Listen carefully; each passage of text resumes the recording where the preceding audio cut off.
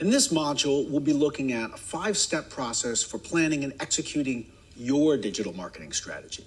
So we've seen these 5 broad customer network behaviors, how they can be leveraged as strategies for marketers to create value with customers and create value for their firm in a wide variety of businesses, taking advantage of different aspects of digital marketing.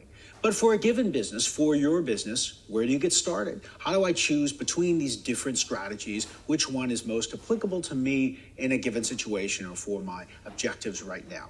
That's what this strategic planning process is designed to help you answer and help you make that plan for yourself for a particular business with its own particular customers and its own objectives and needs. All right, so this is a strategic planning process that I developed in my book, The Network is Your Customer. But since then, after writing it, I've had a chance to develop it with some other companies. So the process has 5 broad stages. It starts with objective setting, figuring out where you're going and what your focus is as a business and a marketer.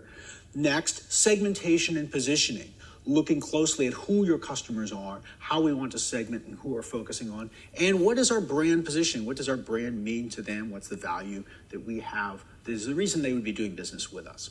Once you have that in mind, you're ready for the 3rd stage, which is strategy selection and ideation. Here, we're looking at these 5 broad strategies of access, engage, customize, connect, and collaborate, selecting which one or ones seem to be most relevant and appropriate to your needs and your focus of this initiative, and then using those to ideate to generate multiple ideas, multiple different ideas for concrete steps you could take, a campaign, an initiative, an app, a social interaction, all kinds of things that might help benefit your marketing goals, and then selecting from them. So generating multiple ideas and figuring out, okay, how are we going to prioritize? Which ones are most attractive, or maybe the one we want to start with?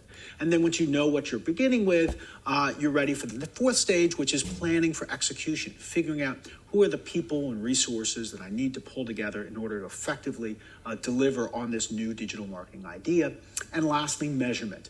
And to be clear, this is not measurement that starts after you've already started the program. This is, again, a planning stage. So before you begin your digital marketing initiative, thinking through, all right, this is something new we're doing. How are we going to measure it? What are the best metrics we want to put in place so that we can capture the data, so that we can iteratively learn and improve and make decisions about whether to go forward, invest more, shift our strategy, etc.